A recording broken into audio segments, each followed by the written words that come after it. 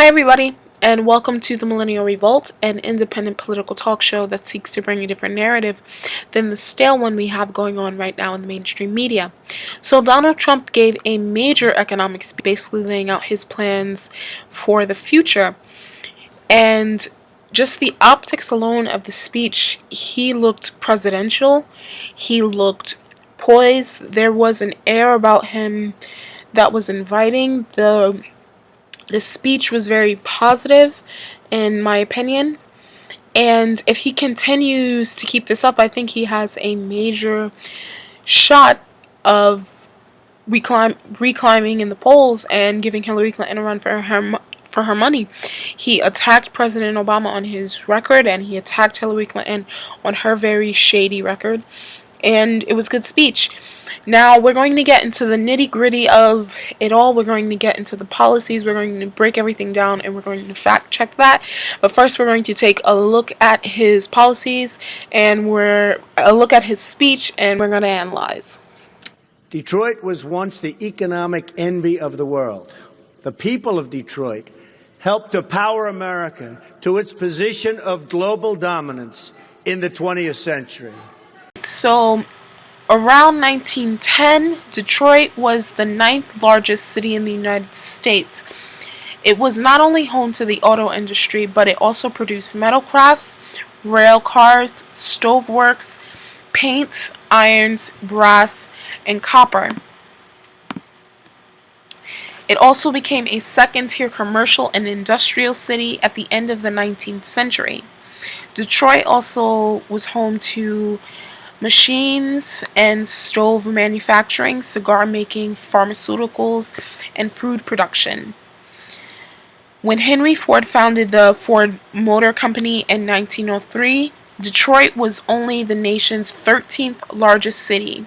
Of the 125 auto companies that sprang up in Detroit in the early 20th century, Ford quickly rose to the top. A relentless inventor, Ford devised the modern assembly line.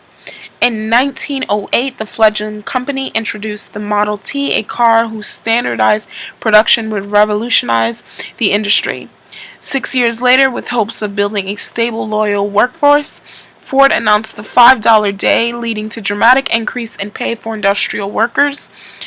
Word of Ford's high wages, along with Ford's international recruiting efforts, turned the Motor City into one of the most racially and ethnically diverse places in America. So Donald Trump is right when he says that at the turn of the 20th century, Ford was basically the automotive capital. It was basically the heart and soul of America at this point, manufacturing-wise. When we were governed by the America First policy, Detroit was absolutely booming. Engineers, builders, laborers, shippers, and countless others went to work each day, provided for their families, and totally lived out the American dream. But for many living in this city, that dream has long ago vanished. Through the 19th century, America concentrated on creating a nation that spanned the continent, and it avoided foreign entanglements. Once industrialized and more prosperous, it began to look at foreign markets and colonies. By the turn of the 20th century, the United States had become a minor imperial power, fighting a war with Spain for Cuba and the Philippines, and annexing Hawaii and several other territories. World War I engaged the United States in European affairs, but after the war, a wave of isolationist feelings swept through the country. Refusing membership in the League of Nations, America turned inward once again. So the United States has a history of isolationist behavior, so it's not sudden and it's not something that has never happened before in our history. Detroit has per capita income of under $15,000, about half of the national average. 40% of the city's residents live in poverty, over 2.5 times the national average. The unemployment rate is more than twice the national average. half of all Detroit residents do not work. Alright, so let's break this down and let me give you guys facts and numbers on what Donald Trump is saying.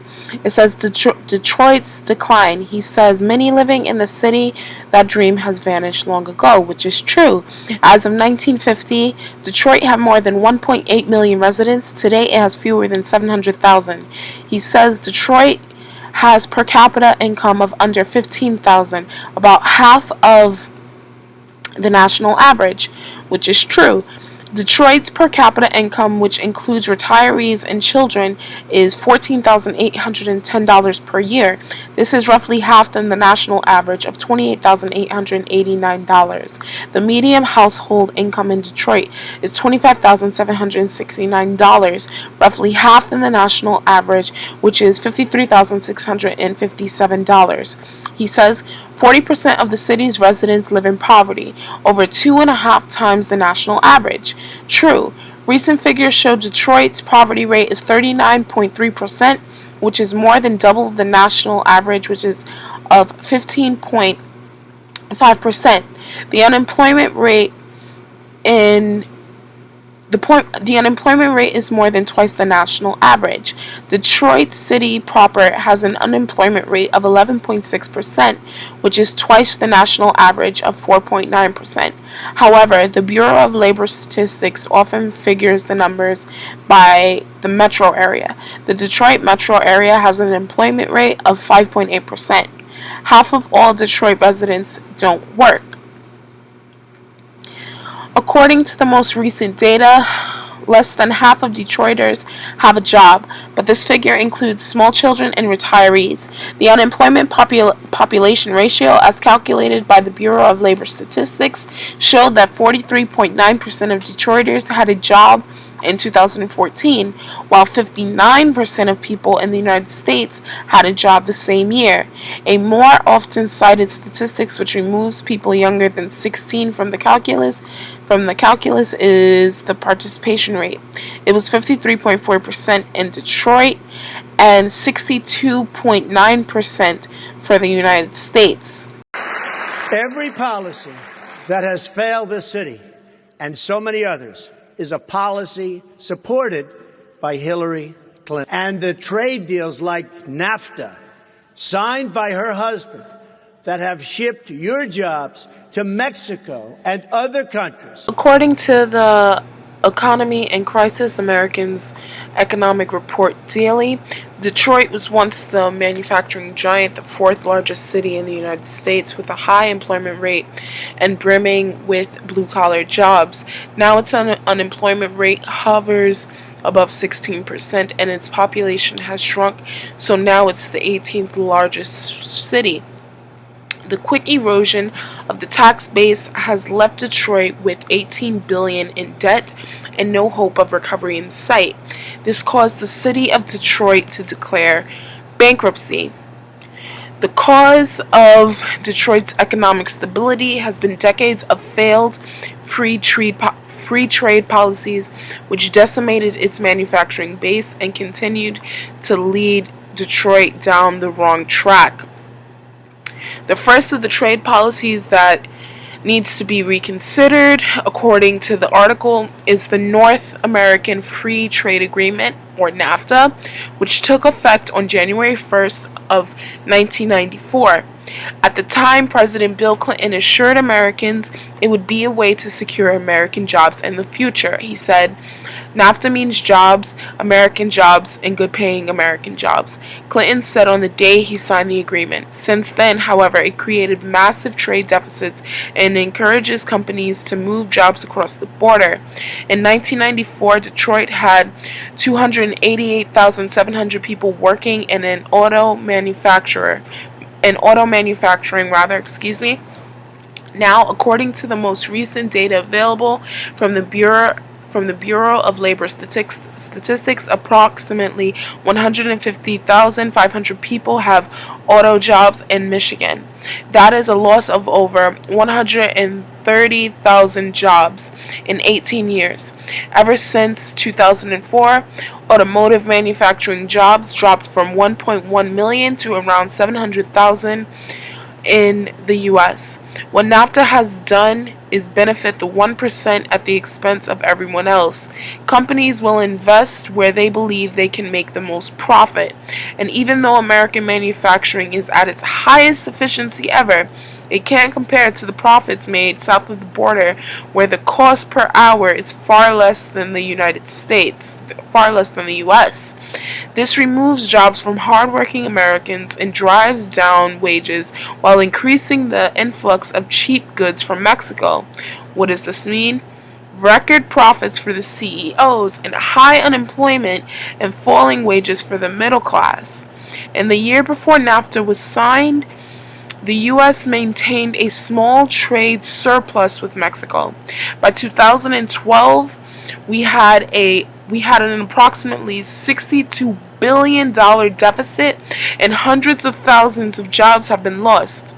Getting rid of NAFTA and arranging for more favorable trade agreements, the U.S. can increase employment, strengthen the middle class, increase workers' wages, and strengthen the U.S. economy. Detroit may be the largest, but it's our trade deficits continues, and the current administration continues to push for devastating free trade agreements such as TPP. It will not be the last city to declare bankruptcy. So Donald Trump is right when he says Hillary Clinton pushed for NAFTA and at the expense of the American worker. What an America First economic plan looks like. I am proposing an across-the-board income tax reduction, especially for middle-income Americans. This will lead to millions of new and really good-paying jobs. The rich will pay their fair share, but no one will pay so much that it destroys jobs or undermines our ability as a nation to compete. Part of this reform, we will eliminate the carried interest deduction, well-known deduction, and other special interest loopholes that have been so good for Wall Street investors and for people like me, but unfair to American workers. Tax simplification will be a major feature of the plan. Our current tax code is so burdensome and so complex that we waste 9 billion hours a year in tax code compliance. My plan will reduce the current number of brackets from 7 to 3 and dramatically streamline the process. We'll work with House Republicans on this plan using the same brackets they have proposed: 12%, 25%, and 33%. For many American workers, their tax rate will be zero. We will develop our own set of assumptions and policies, agreeing in some areas but not in all or in others. We will be focused on the same shared goals and guided by the same shared principles: jobs, growth, and opportunity. According to Community's Digital News, it says that Trump's economic plan would be very good for the economy. It says that Trump realizes the solution to virtually all of our economic woes is stimulating the economy to grow at more than 4% annual rate.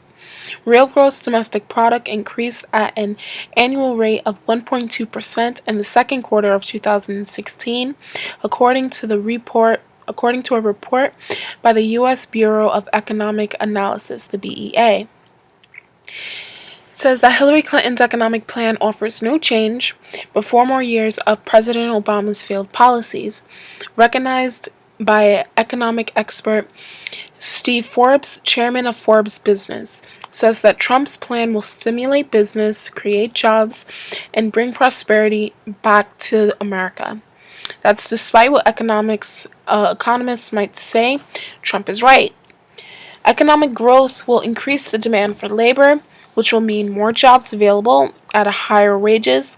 The result is increase in income for the American worker, which will lead to an increase of consumption and further add to growth. As the unemployment rate falls, the government can reduce spending on social programs like food stamps and welfare. It also says that His tax plan is a good example. Trump will reduce taxes for all Americans and will simplify the tax code by reducing the brackets to just three: 12%, 25%, and 35%. He will also eliminate the death tax so no one will have to sell inherited assets in order to pay taxes on assets that have already been taxed. He will also reduce the corporate rate tax to 15% and use tax policies to encourage companies who earn profits overseas to bring the money back to the US. His plan is good and it will stimulate growth. It will not add as much growth as it could, nor will it be fair in that it treats some Americans different than others. A better approach would be the Bustler single rate tax plan. And I will have a link to that so you guys can check out what the Bustler single rate tax plan is in the description bar below. It says on trade, Trump insists he favors free trade, but he wants it to be fair. The popular view today is that free trade and outsourcing hurts the economy by taking jobs away from the American manufacturing worker. Now, you can look at some of the trade agreements that we have signed, and you can see how damaging it has been to the American workers, how damaging it has been to our manufacturing jobs. Look at Nafta, look at CAFTA. Those are perfect examples on what trade agreements have done. It has helped companies outsource their work to third world countries, where basically they can work these people to all hours of the day. They don't have to pay them at the same rates that they pay here. Health insurance, things that is required for American workers, they don't have to do that overseas. So Trump says that he will provide a more detailed description of his plan shortly. His economic advisors are all knowledgeable economists who place economic growth at a higher priority than attempting to cure perceived social injustices, which is the top priority for the Obama-Clinton economic policy. So they're saying the difference between President Obama and Hillary Clinton's economic policies and the difference between Donald Trump's is he's more focused on jobs than he is focused on social issues, which they think is more important. Whether that's true or not, my thing is I want jobs, I want people to get back to work, I want people to be able to work, because it is hard out here, people are living from paycheck to paycheck. People are working 2-3 jobs just to make it by. It's extremely hard. So I will also have a link to every article that I have cited in the description box below. Thank you guys so much for watching. I hope you guys enjoyed this video. I will have a link to Donald Trump's speech so you can watch it in full, make your own judgments from what you see. Thanks so much. I'm the Millennial Revolt, and I will see you guys later. Bye.